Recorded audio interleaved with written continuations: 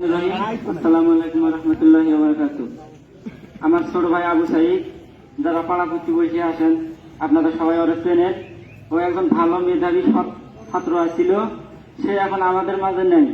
আপনারা সকলে দেখছেন আমাদের পরিবারটা কিরকম অচল পরিবার।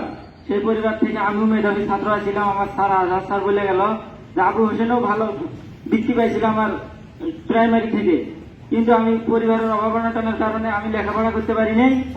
আমার ছোট ভাইয়ের খুব ইচ্ছা ছিল, সে নিজের ইচ্ছায় অনেকটা নিজের ইচ্ছায় সে লেখাপড়া চালাই গেছে। আমাদের মতো ফ্যামিলি থেকে রোকেয়া ভার্সিটির মতো ইউনিভার্সিটিতে লেখাপড়া করা আমাদের কাছে অনেকটা দুঃসাধ্য ব্যাপার। সে 2010 সালে প্রাইমারি পাস করে জাফরপাড়া থেকে, তারপরে সেখান থেকে গিয়ে ভর্তি হয় খালাসি উচ্চ বিদ্যালয়ে, সেখান থেকে এসএসসি পাস করে A+ পেয়ে। তার পরবর্তীতে সে রংপুর সরকারি কলেজে ভর্তি হয় ইন্টারে, সেখানেও ভালো রেজাল্ট করার পর ইন্টারে পাস করার পর তারপর তার সংগ্রামী জীবন শুরু হয়। তার আগেও অনেক সংগ্রাম করছে। বাবা অর্থনৈতিকভাবে অসচ্ছল হওয়ার কারণে ওর লেখাপড়ার খরচ ঠিক মতো দিতে পারে নাই। সে টিউশনই করে নিজের লেখাপড়ার খরচ চালাইছে। তারপরে যখন ইউনিভার্সিটিতে ভর্তি হয় প্রথম বছর নিজের চেষ্টায় বিভিন্ন জায়গায় পরীক্ষা দেয়, কিন্তু সে ব্যর্থ হয়। ব্যর্থ হওয়ার পর আমি কই, ভাই তুই এখন কি করবি, গ্যাপ দিবি না ন্যাশনালে ভর্তি হবি? কয় কি না ভাই আমি আরেকবার চেষ্টা করে দেখো। তারপরে চেষ্টা করে পরে চান্স পাইল, রোকেয়াতে পাইছে এবং ইয়াতে পাইছে, ওই আরেক জায়গায় পাইছিল, ওটা আমার মনে নেই সঠিক।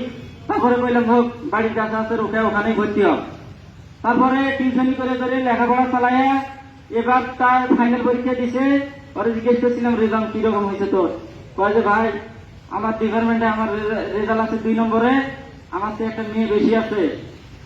এবার ফাইনাল পরীক্ষাটা দিচ্ছি, রেজাল্টটা বের হলে ফাইনাল রেজাল্টটা চলে আসবে।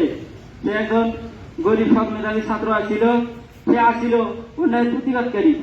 সে আন্দোলন করছে, ঠিক আছে, সে একাই করে নাই, তার সাথে তার যারা সহপাঠী ছিল সবাই আন্দোলনে শহীদ হয়েছিল।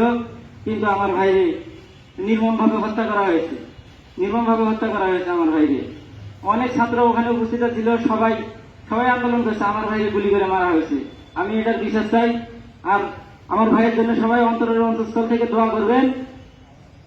আর যদি কারো পাওনাবাদী থাকে আমাদের সাথে যোগাযোগ করবেন। আর আমি চাই, আমার ভাই মারা গেছে, সারা দেশব্যাপী তোলপাড় হয়ে গেছে। আমি চাই এই আমার ভাইয়ের আত্মত্যাগের বিনিময়ে যেন ছাত্রদের যে আন্দোলন সফল হয়। আর একটা মায়ের বুক যেন খালি না হয়। আমার আদরের ছেলে ভাই, আমাদের